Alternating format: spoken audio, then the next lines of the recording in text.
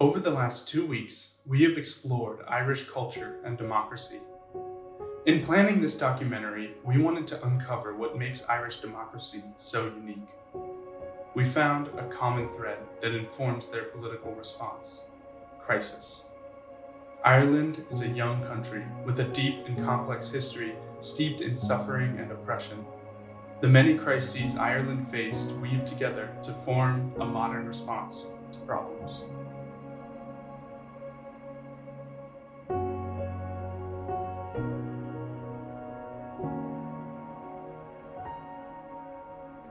The shape of Ireland today is a direct result of the famine. One crisis that still looms large in the consciousness of Irish people is the Great Famine of 1845. In the early months of 1845, the disease known as late blight began its rampage through Ireland's supply of potatoes. Chaos erupted as dependency on the crop left many without their main source of food. This, along with the lack of genetic variability amongst potatoes, left Ireland vulnerable for the most devastating famine of the 19th century. Relief efforts began quickly, but proved ineffective as much of the financial burden was placed on Irish landowners. The British government chose to blame the famine on Irish national character by calling the crisis predictable and a product of the people. During this time of crisis, mistrust and a feeling of insult directed towards the British government grew. With this mistrust came the desire for independence. This desire became action when campaigns began their fight for home rule.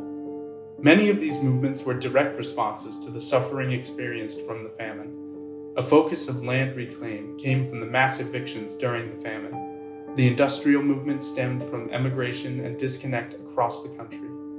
Many of the movements that began during the rising fight for independence can still be seen in modern political values. The famine formed the foundation of these values and created a footing for future response to conflict. What once was a powerful catalyst for independence now remains intrinsic to how the country operates. Ireland's democracy stems from the mistrust of an authoritative government. Post-independence, it was decided that a representative governing system best aligned with their values in supporting the whole population. The practice of sympathy and understanding is often exhibited within the Irish character. A history of oppression and colonialism is enduring in Ireland's story. A compassion for populations who share a similar history has developed within the Irish people.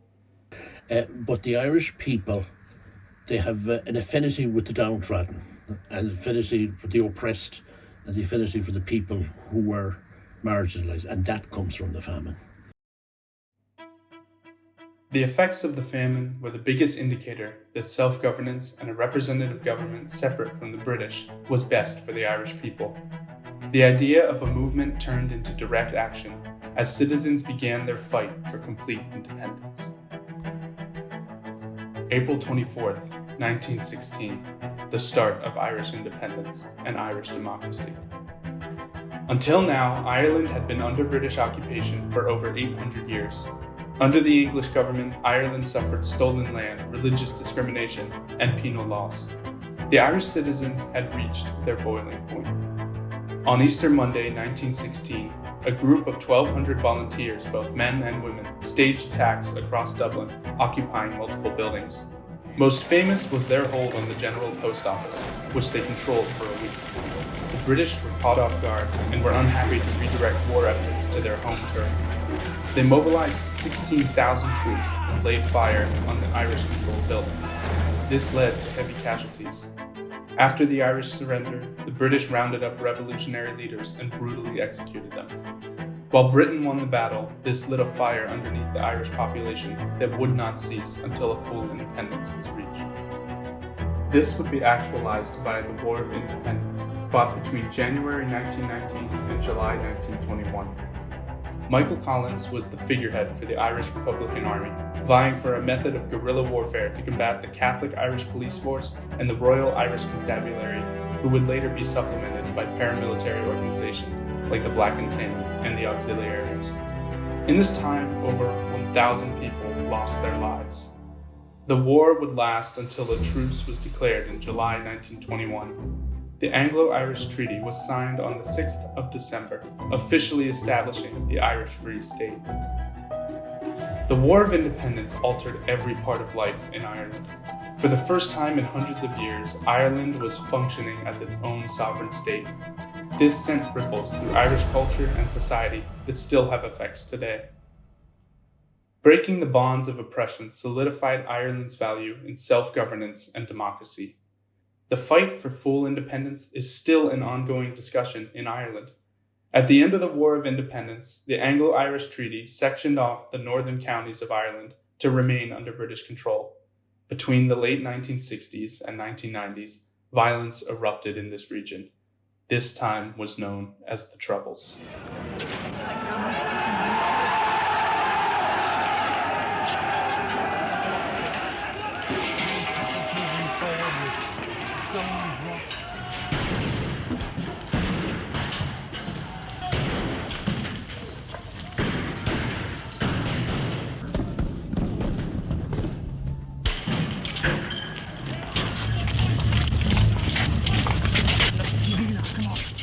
In response to dealing with these crises, Ireland has developed an aversion to polarity in their political system. As a quite a small country in a very large union, so far that divide hasn't happened, and I think that's managed to keep largely our population together and in some kind of broad agreement on those issues that divide hugely in other countries.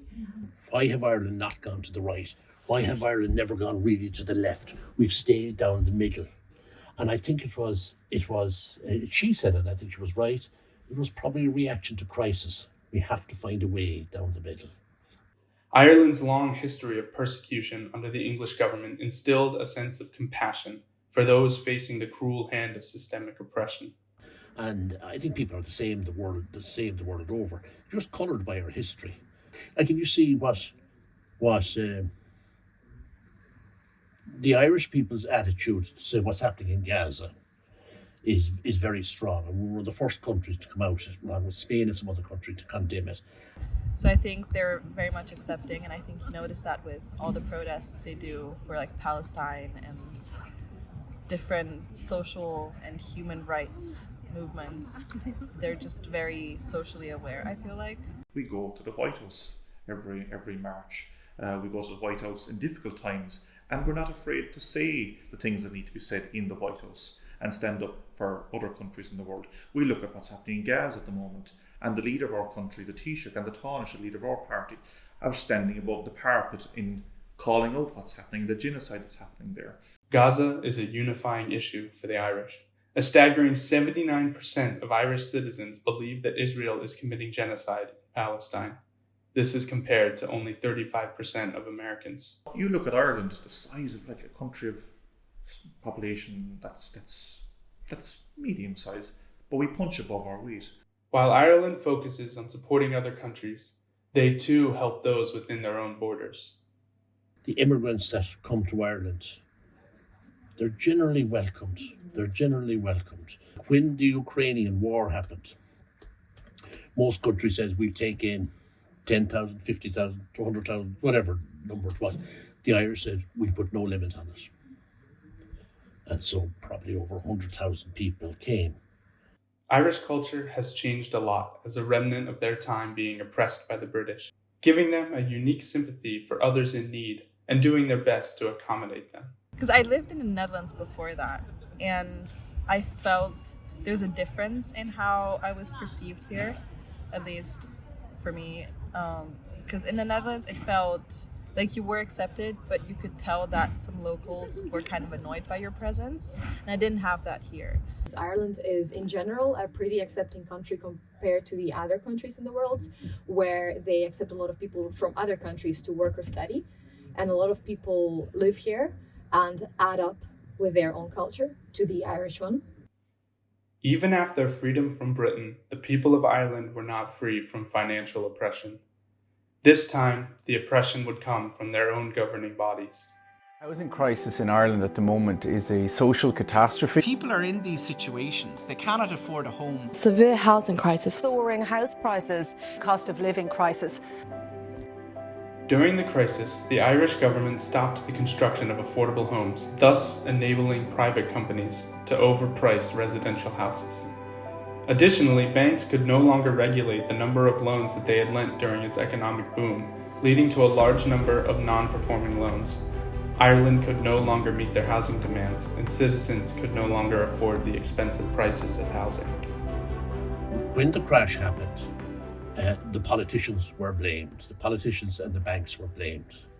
And it resulted in the decimation of the biggest party, Fianna Fáil. And the Taoiseach at the time, Brian Cowan, he was personally blamed for the crisis. He was personally blamed that they didn't regulate the banks correctly. They hadn't their eye on the ball. And so Fianna Fáil have never recovered. Micheál Martin, the Taoiseach, is the leader of Fianna Fáil, but their party has never got back to the level of support they had before that. This crisis left a hole in Ireland's democracy, and the country's governing body was now facing the repercussions of its actions. It's a huge emotional effect. A lot of people were distraught. A lot of people, anecdotally you hear that people got into financial problems, and there would have been talk that some people committed suicide, like after the 1929 crash in Wall Street, people committed suicide. But it had put a lot of strain on a lot of people. As teachers, our pay was cut. We were due pay rises. We didn't get them. Our pay was cut. Our conditions changed. So we ended up having to work longer for less. There was a lot of anger because people lost their pensions. So our faith in the banks is shattered. A lot of people immigrated. The housing crisis has come from that. People couldn't afford houses, and a lot of young people left. 13 years later, the housing crisis continues to be a prominent issue in Ireland. In 2025, students continue to express their frustrations with housing in Ireland. I think that it's really bad because students have to, they really need to rely on their parents or working night shifts to pay for their accommodation. So you almost have to be a full-time worker and a student to be able to pay. It's like hell finding a place to live here, and housing is really expensive, and the quality of it is not that great. The housing crisis signified a loss of government control. Ireland, a country fraught with a history of political oppression, was now experiencing it from their own people. Unity was disbanded, optimism was crushed, and trust in governing bodies was lost. It was clear that a change needed to occur, and it was up to the people of Ireland to respond. In 2012, political scientists David Farrell and Jane Souter proposed a new form of deliberative mini-publics that aimed to give voice back to the citizens. These mini-publics would become known as the Citizens' Assemblies. As part of the crisis, we were bankrupt. The IMF and the European Union had basically taken over macroeconomic policy for a couple of years. So we had a new government elected in 2011 that had no money. They couldn't spend money on anything. It was a really tight time. Reform, institutional, constitutional, political reform is as cheap as chips. It doesn't cost anything. So why not, if you want to show yourself as an enterprising government, a new government, why not promote the idea of change in a future Ireland, which you can deliver really quite cheaply? The Citizens' Assemblies consist of 99 randomly selected citizens and one appointed chairperson. Over the course of several weeks, the Citizens' Assembly meets to discuss and deliberate important legal and policy issues in Ireland and offer their recommendations to the government. For a while, the Citizens' Assemblies was the best response to Ireland's crises. But over time, this once necessary response no longer fit Ireland's needs. I don't think the Citizens' Assemblies are successful in Ireland. I think they were. I think, we had a good couple of years when Ireland was the trailblazer, and gay marriage and abortion and things like that were discussed. They were really wonderful things to see. But I think those days are gone. The current government is not planning on any Citizens' Assemblies. They're not talking the language of Citizens' Assemblies anymore. They're going back to the old way of forums, which is where you get NGOs and interest groups together. That's very different from the Citizens Assembly mini public model. So I think the Citizens Assembly for now has had its day. It may re-emerge, and frankly, if it does re-emerge, I'd like it to re-emerge in a different way here. And so there needs to be a better way for the bit between the mini public and the representative democracy to be done in a more respectful fashion. We certainly haven't cracked that. Ireland's modern politics are informed by their history of struggle. The difficulties that Irish people faced form a complex and interconnected tapestry that sits just below the surface of Irish culture. It informs the way that Ireland responds to major issues both at home and abroad. The conscious commemoration and reconciliation of their past influences their political and emotional response to crisis.